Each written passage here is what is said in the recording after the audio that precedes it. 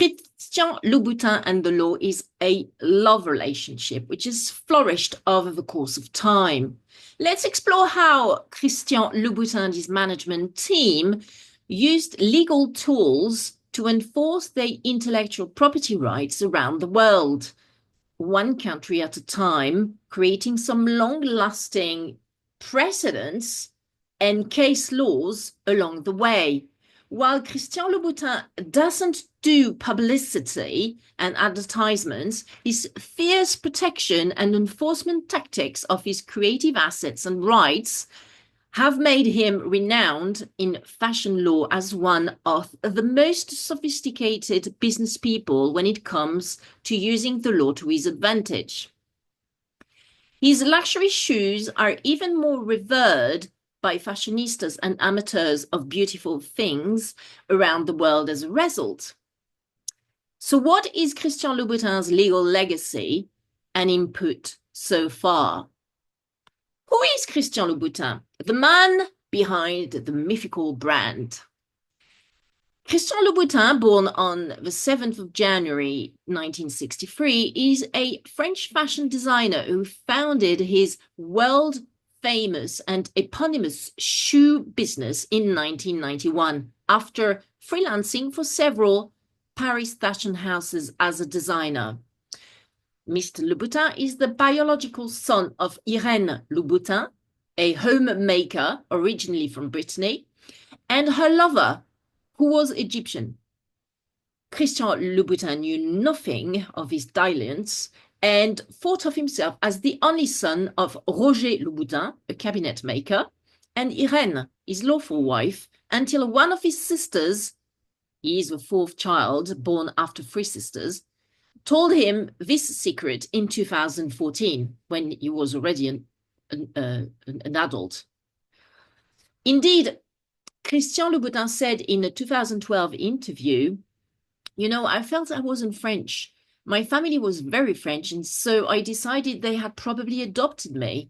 But instead of feeling it was terrible and that I was an outsider who had to go and find my real family, I invented my own history full of characters from Egypt because I was very into the pharaohs.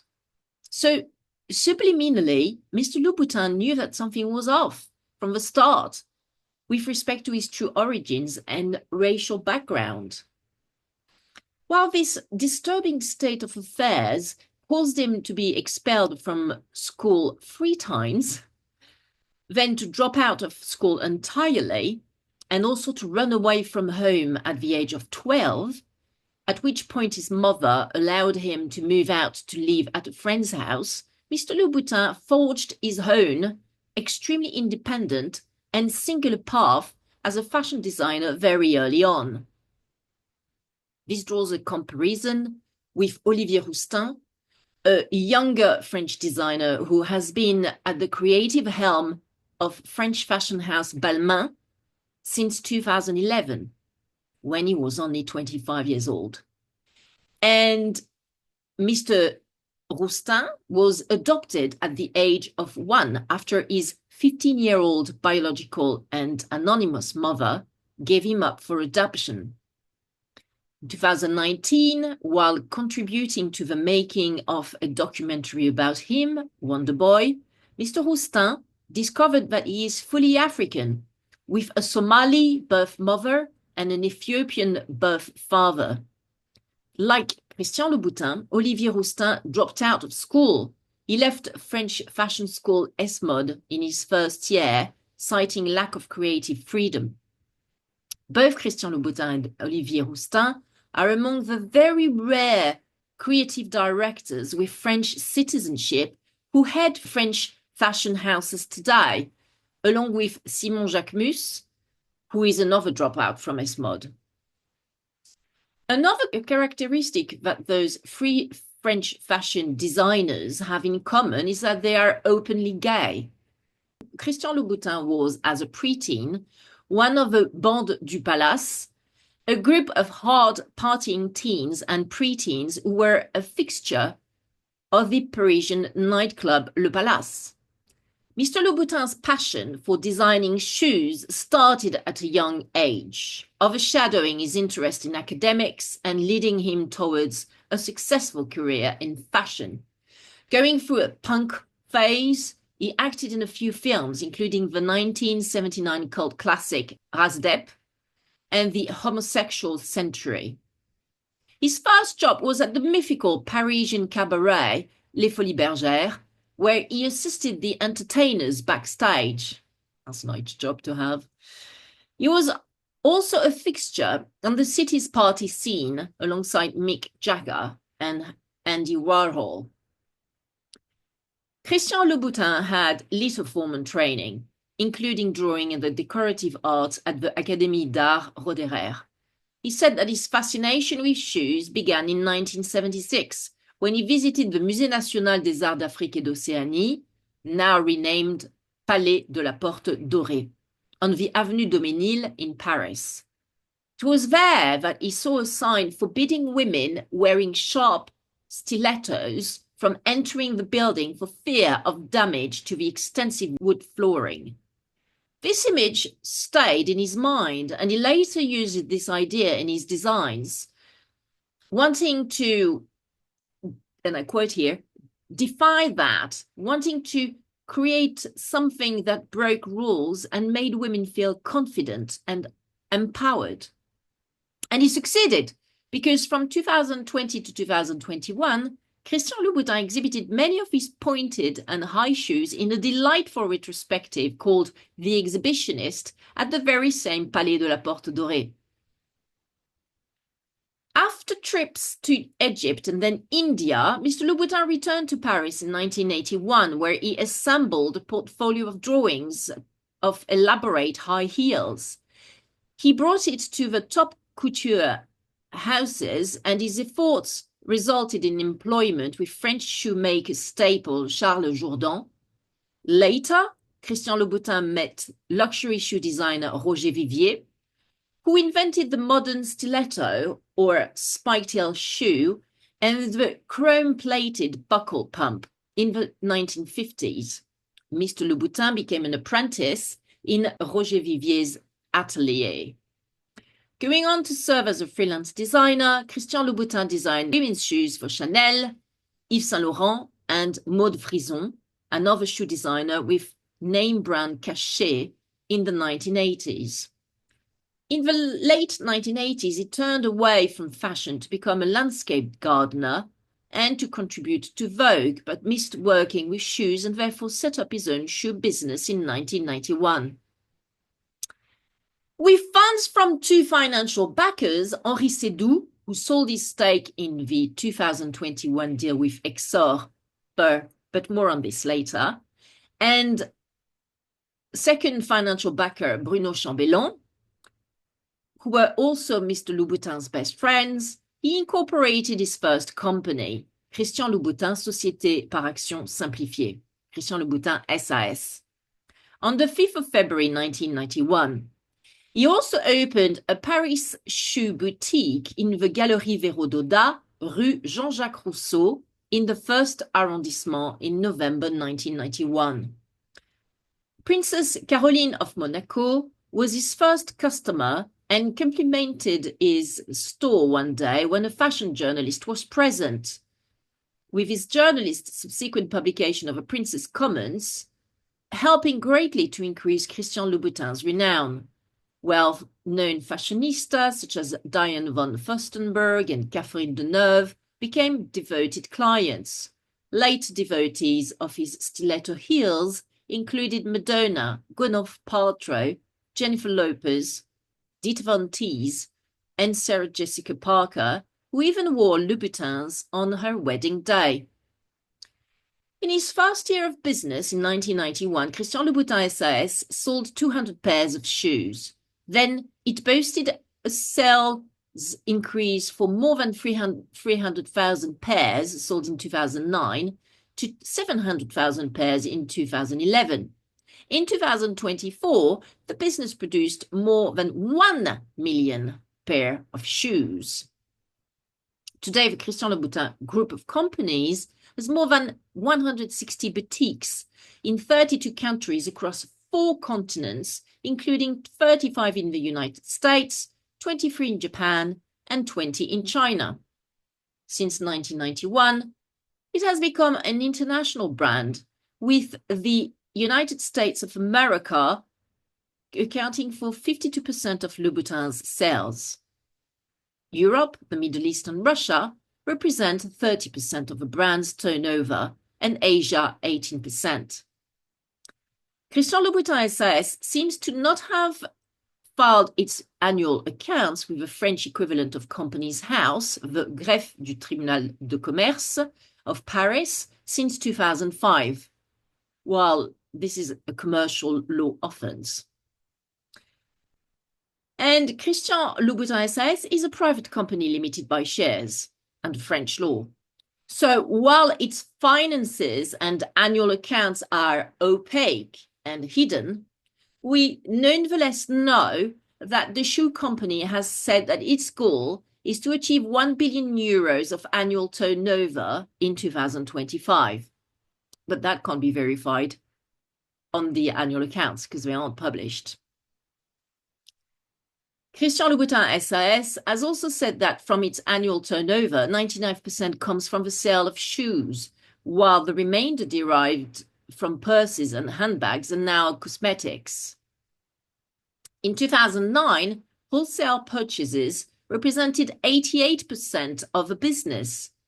Overseas, Christian Louboutin SAS has partnered with Pedder Group, so that's Pedder Group, Pedder Group of Hong Kong, China, for distribution in the Asian markets, and the Shaloub Group of the United Arab Emirates for their representation in the Middle East. Today, the Christian Louboutin Group of companies has over 1,900 employees worldwide, referred to as Loubies Angels. It has grown into a luxury fashion brand of footwear, handbags, and small leather goods, kids and pet accessories, cosmetics and perfumes, and accessories for men and women, which are mainly manufactured in Milan, Italy. However, Christian Louboutin does maintain a small atelier in the Galerie Véro d'Oda, Rue Jean-Jacques Rousseau, where his first store is still located for private customers and one-of-a-kind creations. Louboutins can sell from $800 and up, with crystal-encrusted pairs costing up to $6,000. The base price for a custom-made pair of Louboutins is $4,000. If a style already exists, it is the standard price plus 30%.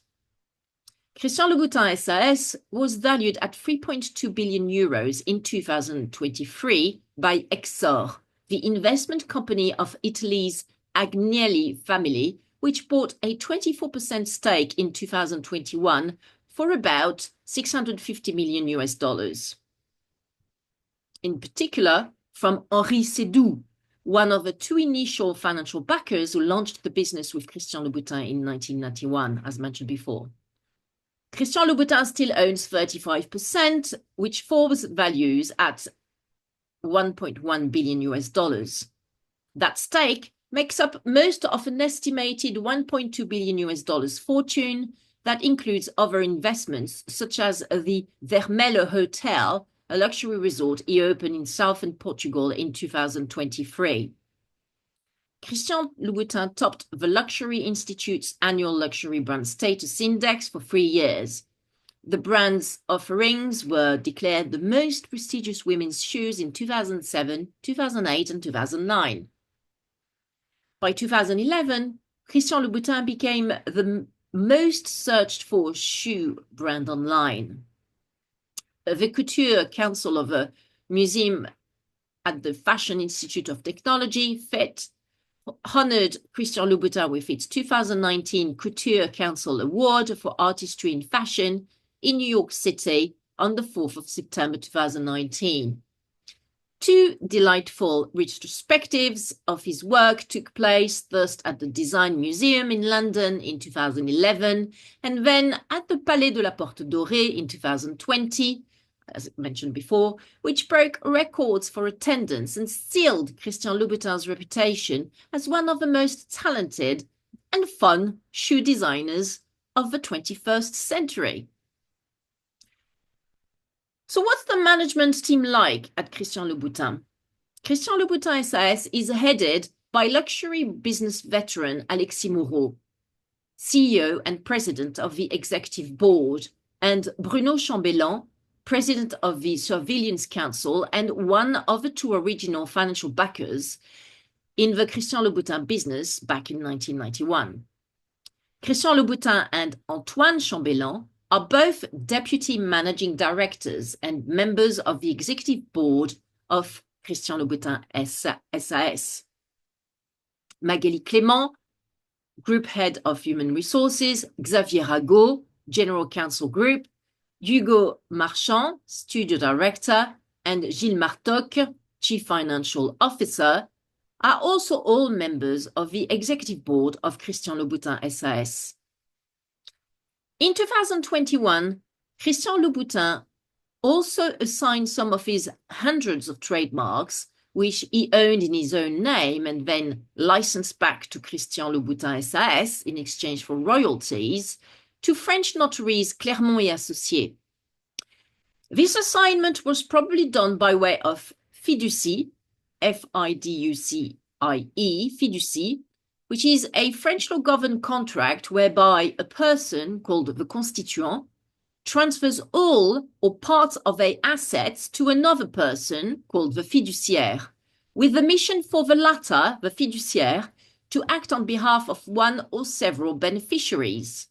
Fiducie is the French equivalent structure to a trust and was introduced in France by law in February 2007. One can imagine that since Christian Louboutin now has two young twin daughters, he not only wants to spend more time with them by being less involved in the day-to-day running of his business, but also wishes to ensure that his daughters will benefit from his vast wealth and revenue streams generated in particular by the royalties derived from the licenses on his huge portfolio of trademarks. How Christian Louboutin and his legal who's forged fashion law for years to come. The first real input from Christian Louboutin to the fashion law field relates to the Red Soul blues. Over the past 30 years, designer Christian Louboutin has built a fashion empire based on his shoes and their distinctive red soles. As it happens, some other shoe designers and manufacturers also like the concept of red sole shoes, and this is where the situation becomes more complex. Mr. Louboutin, owner of the international semi-figurative trademark represented by a red sole on which is written Christian Louboutin, filed with the World Intellectual Property Organization, WIPO, initially under French priority of a now expired French trademark registered on the 29th of November 2000, and Christian Louboutin SAS, owner of the exclusive license allowing it to operate the trademark, have combated with mixed results any attempt by other fashion and luxury goods companies to use red soles on shoes. In December 2007, Christian Louboutin and his company sued the Italian shoe brand Cesare Pacciotti for trademark imitation, unfair competition, and parasitism, as well as damage allegedly done to the reputation of the Louboutin brand. However, the Paris Court of First Instance rejected these claims, which were based on Cesare Pacciotti's commercialization of one pair of red sole shoes.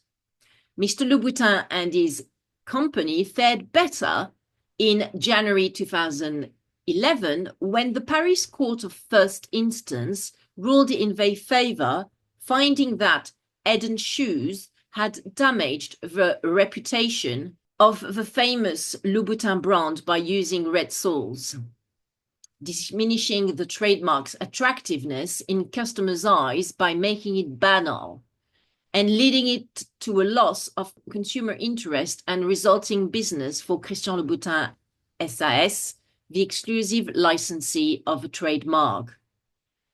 Christian Louboutin suffered a new setback on the 22nd of June 2011 when the Paris Court of Appeal overturned a 2008 Paris Court of First Instance ruling in his favor in a dispute with the fast retailer Zara over its choice of a red sole for its products, criticizing the absence of a three-dimensional representation of Mr. Louboutin's French trademark and its lack of distinctiveness, clarity, and exactitude, as well as a lack of precision in relation to the claimed red color. The Court of Appeal declared Christian Louboutin's trademark invalid. The court justified its decision to invalidate the French trademark on the grounds that, and I quote, "It was not immediately identifiable as the representation of a sole. Such interpretation only coming to mind after reading the descriptive summary that Christian Louboutin had judged useful to add on the register." The Court of Appeal further denied the right to trademark a concept, i.e. the idea of systematically putting bright red soles on shoes produced by the same brand. Further, the Court of Appeal ruled that letting the first instance decision stand, which sentenced Zara for unfair competition and parasitism, would be tantamount to forbidding anyone to sell red sole shoes, apart from Christian Louboutin and his company. Such a claim, according to the court, would be exorbitant, and the fact that the fashion press and sophisticated consumers associated the brand with a red sole would not justify the perpetual appropriation by Christian Louboutin's company of the concept consisting of systematically putting red soles on women's shoes. On the 30th of May 2012, in a major blow for Mr. Louboutin and his company, the French Supreme Court confirmed the Court of Appeal's decision, thereby irrevocably invalidating Christian Louboutin's French trademark. The Cour de Cassation of the French Supreme Court further upheld the Court of Appeal's rejection of the Louboutin company's allegations of unfair competition, parasitism, and risk of confusion, because the retail price for a pair of Zara's red sole shoes was €49, about 1/10 of the price of a pair of Louboutins, which meant that those two companies were operating on two totally distinct markets. So does this decision by the French court mean that Christian Louboutin can successfully sue over alleged unfair competition and parasitism only in the case of red sole shoes that are sold within the same price range as Mr. Louboutin's shoes? The fashion and legal communities got an answer to this very question when the US Court of Appeals for the Second Circuit partially upheld a decision by the US District Court of the Southern District of New York, Christian Louboutin SA versus Yves Saint Laurent AM Inc. In that dispute, Christian Louboutin SA had requested a preliminary injunction to prevent luxury goods competitor Yves Saint Laurent from marketing monochromatic outsole upper red shoes challenged by Mr. Louboutin as infringing his red sole trademarks. Using a defense argument similar to that put forth by Zara in the French court's legal saga, Yves Saint Laurent denied that its challenged shoes' red outsoles created any risk of consumer confusion at or after the point of sale, and further moved to invalidate the federal registration of a trademark awarded to Mr. Louboutin by the US Patent and Trademark Office, the USPTO, in 2008, on the grounds that the red soul is merely aesthetically functional and lacks secondary meaning. On the 10th of August 2011, the U.S. District Court of the Southern District of New York denied Louboutin Company's request for an injunction. Southern District Judge Victor Marrero wrote, and I quote here, Louboutin's claim to the color red is, without some limitation, overly broad and inconsistent with the scheme of trademark registration established by the Lanham Act, awarding one participant in the designer shoe market a monopoly on the color red would unduly hinder competition among other participants. On appeal, the Second Circuit disagreed and held that Judge Marrero's rule that a single color can never serve as a trademark in the fashion industry is inconsistent with the Supreme Court's decision in Qualitex Co. versus Jacobson Products Co., which held that single colors alone can sometimes serve as valid trademarks. Indeed, single color trademarks have been protected for years, where the trademark holder can show that consumers associate the color with a brand or service as opposed to finding it merely decorative or visually pleasing. For example, Tiffany's Robin Blue box.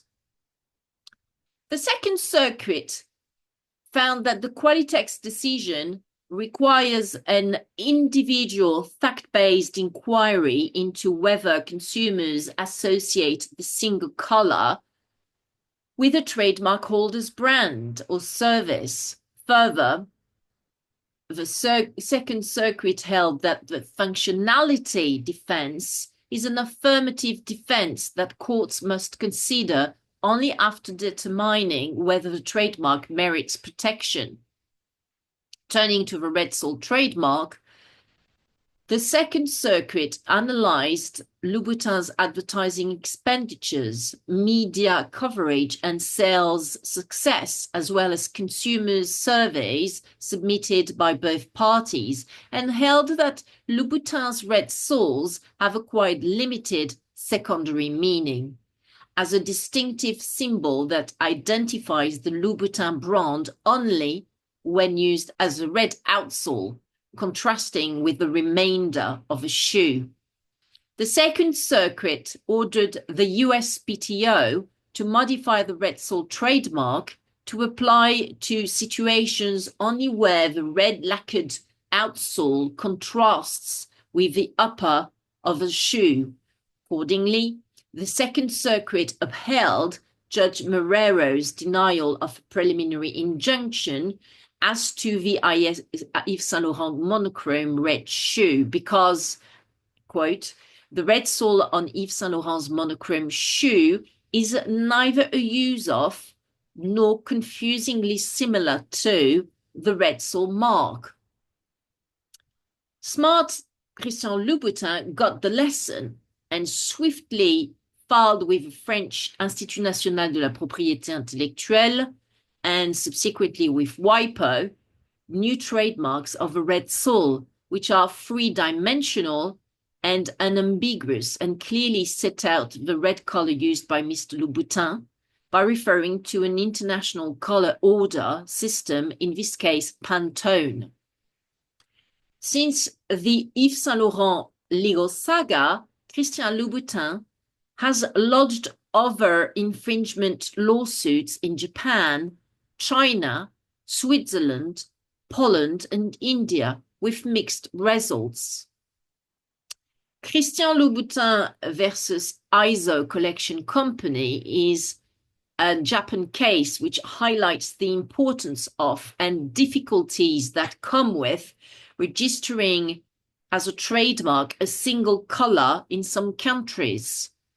Securing a red sole trademark in Japan is difficult because the Japanese Patent Office, JPO, only registers color trademarks when two or more colors are involved.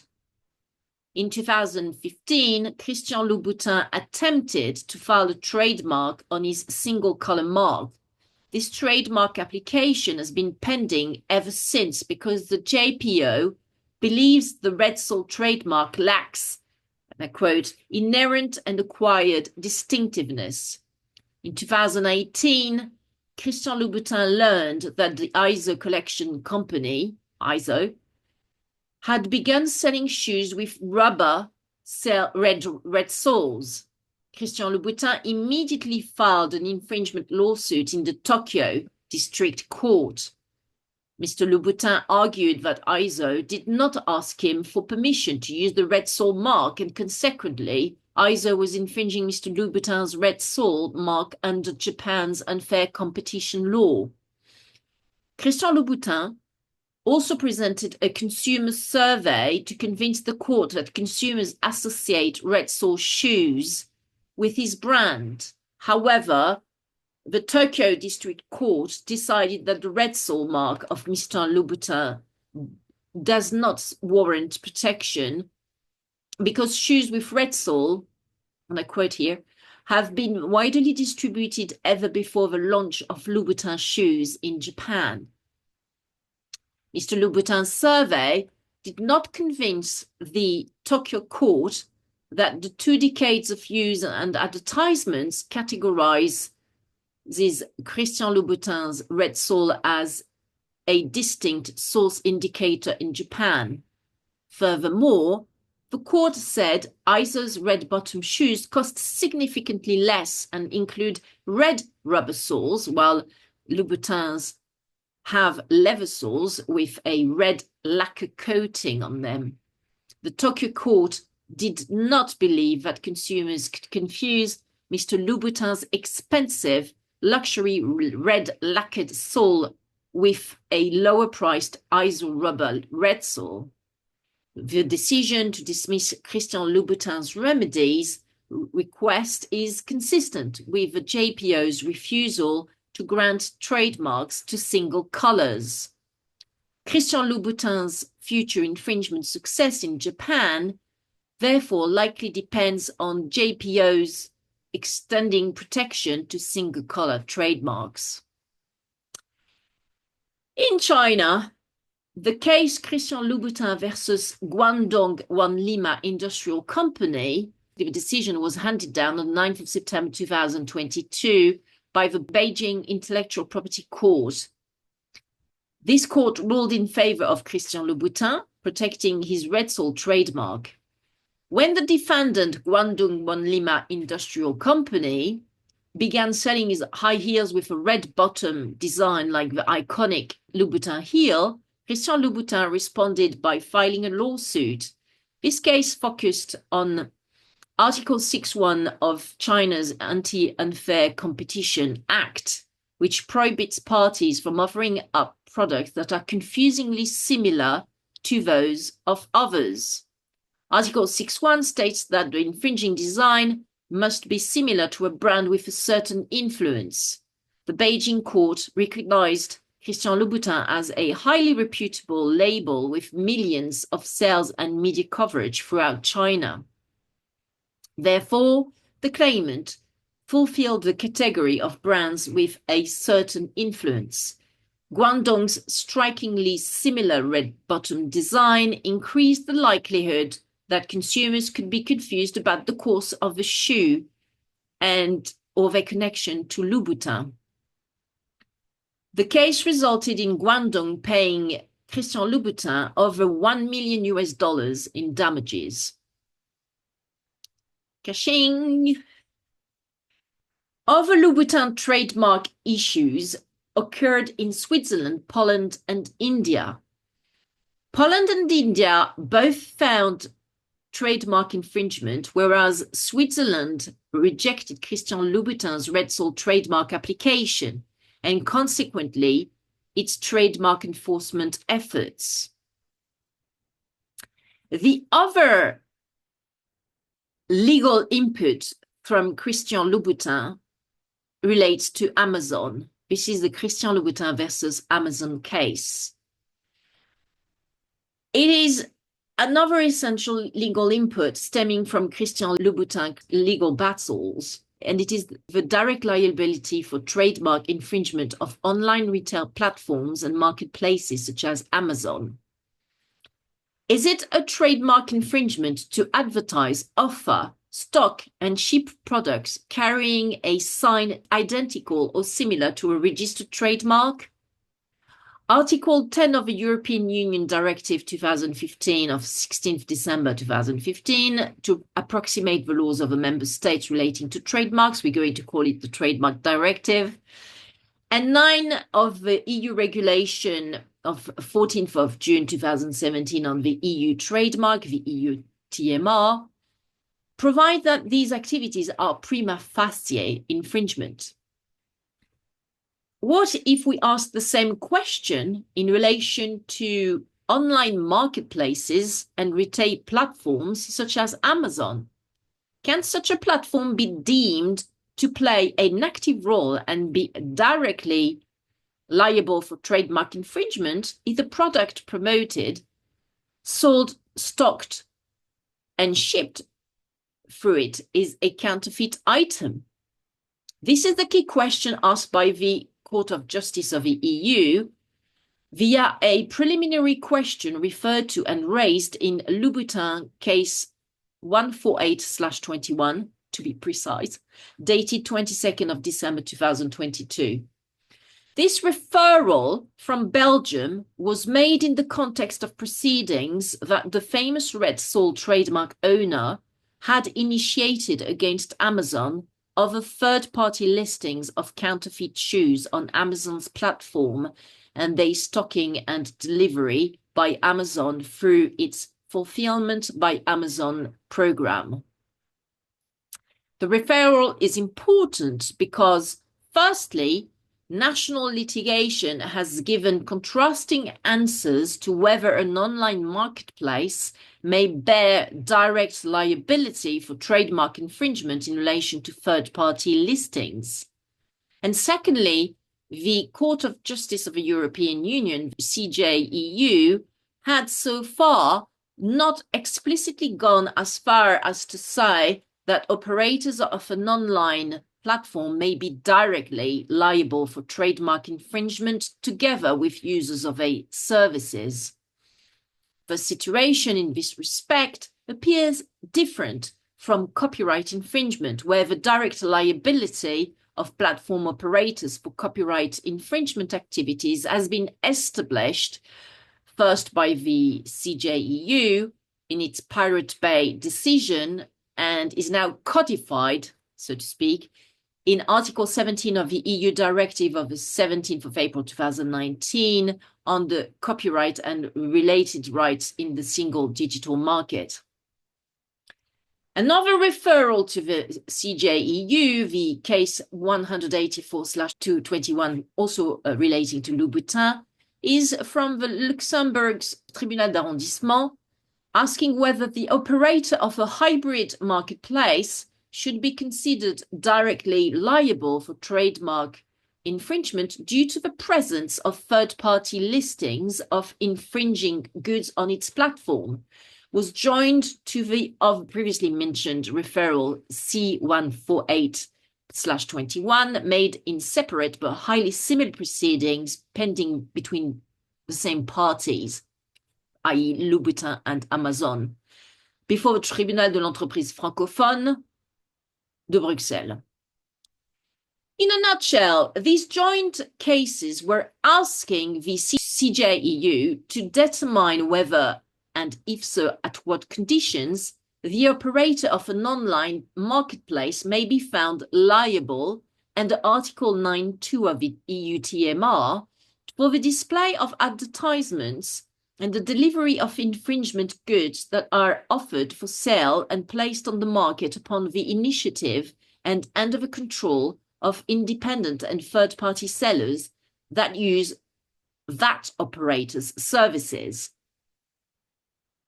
Article 9.2 of the EU TMR is the suite of provisions that entitles EU trademark owners the right to stop third parties from using any sign, which is identical or similar to their trademarks in relation to goods or services that are identical or similar to those for which the EU trademark is registered?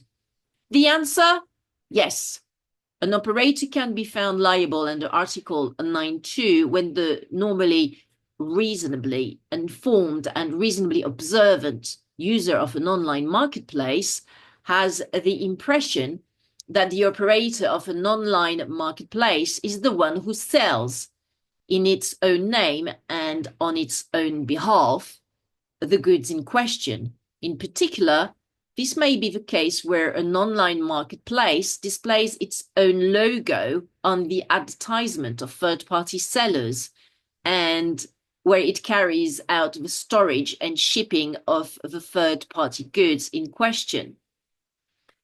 The criterion is therefore whether an operator of an online marketplace is using the sign in its own commercial communication, which of course turns on the facts.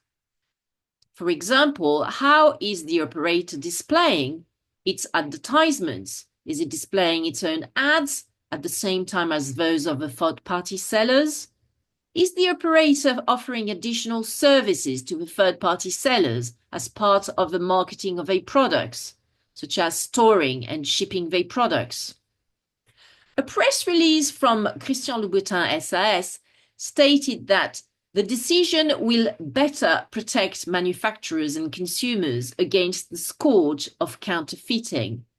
Christian Louboutin remains committed to protecting its creativity and know-how, as well as those of all brands in the fight against counterfeiting.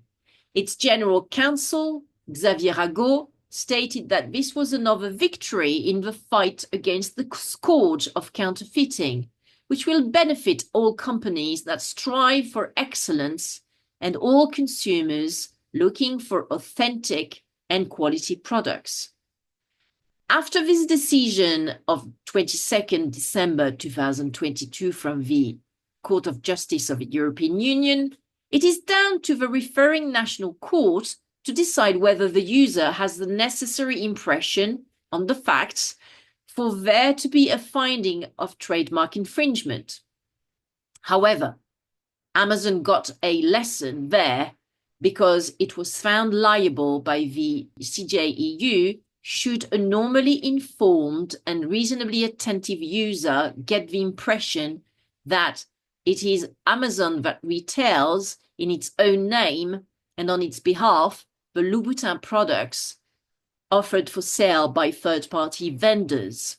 The particular factors informing that decision were the fact that Amazon used a uniform method of presenting the offers published on its website, regardless of whether the goods advertised were its own or third-party retailers.